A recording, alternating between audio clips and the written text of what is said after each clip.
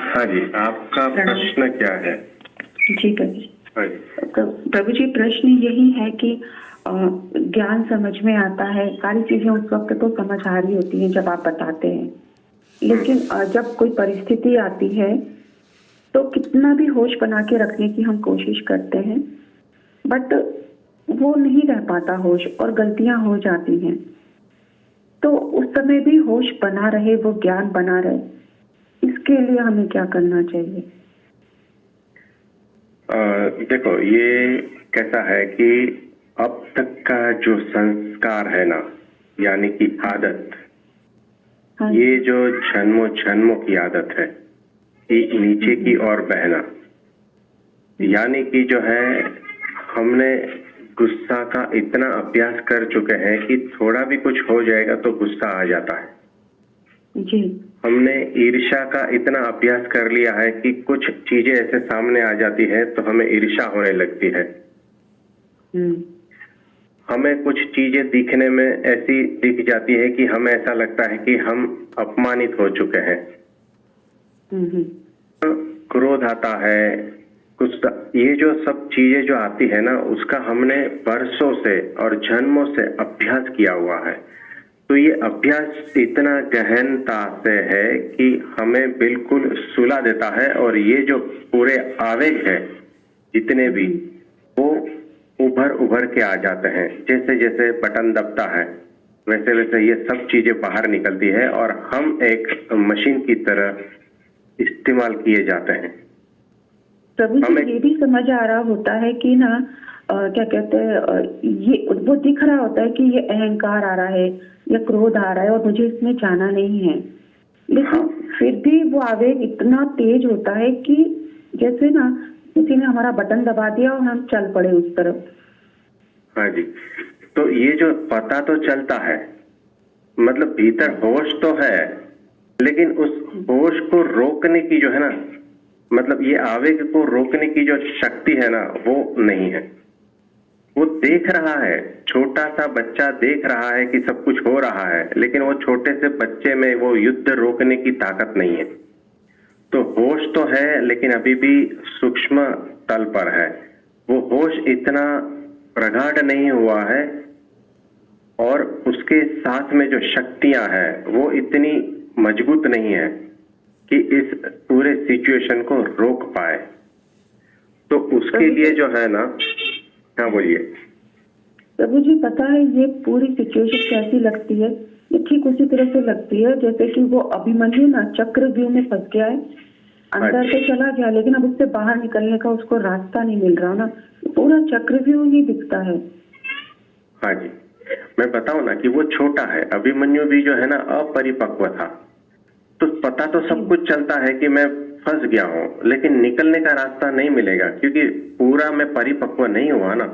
और ये परिपक्वता के लिए जो है ना, हमेशा भजन कीर्तन, ध्यान, संत समागम, भक्ति, होश पूर्वक चीजों को समझना है, हमारी चेतना को और बढ़ाना है।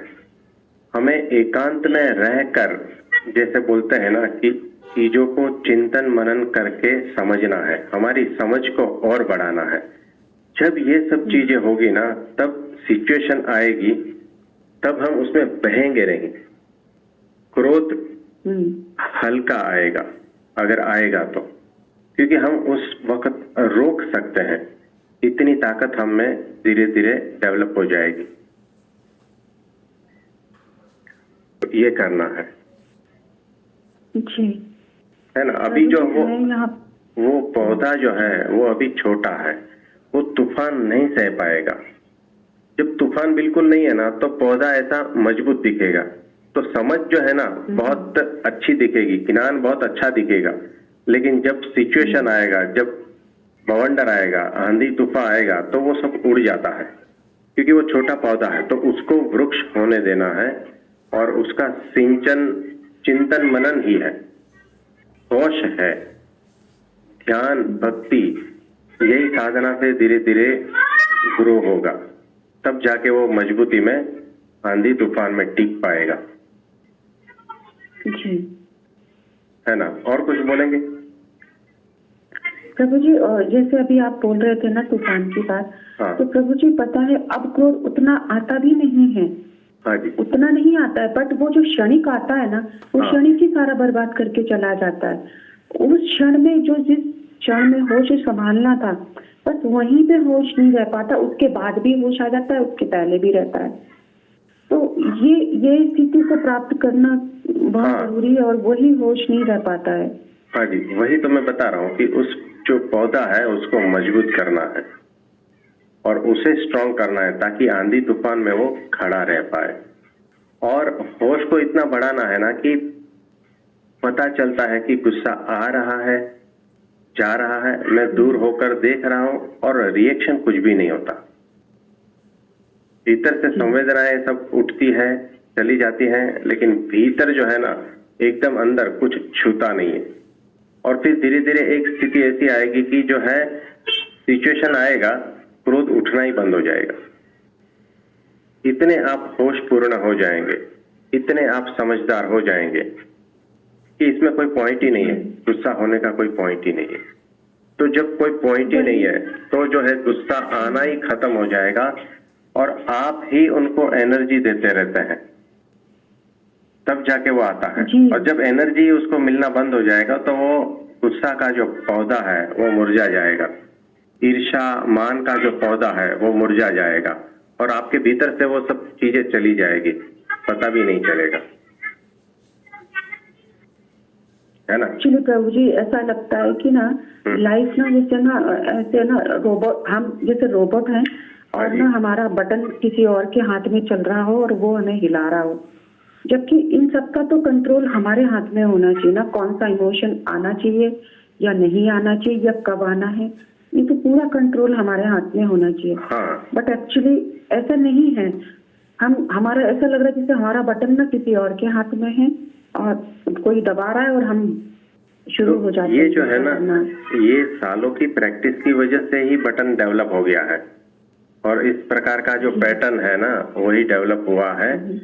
हमने ध्यान ही नहीं दिया है, हमने जो है भीतर को होशपूर्वक लाए ही नहीं है और जैसे बह रहा है सब कुछ उसी तरह से बहे जा रहे हैं बेहोशी में, और बेहोशी की अवस्था में हमने अपने बटन को जो है दूसरे को दे दिया है ताकि हम मशीन हो सके।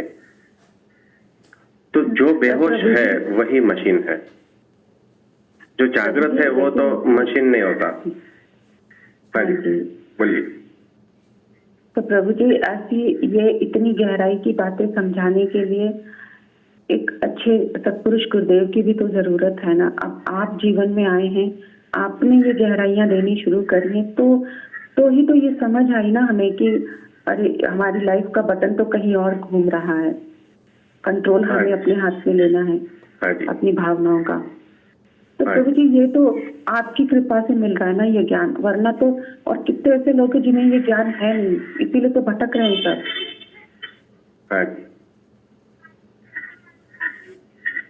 प्रभु जी बहुत बहुत थैंक यू आपको। धन्यवाद। प्रणाम प्रभु।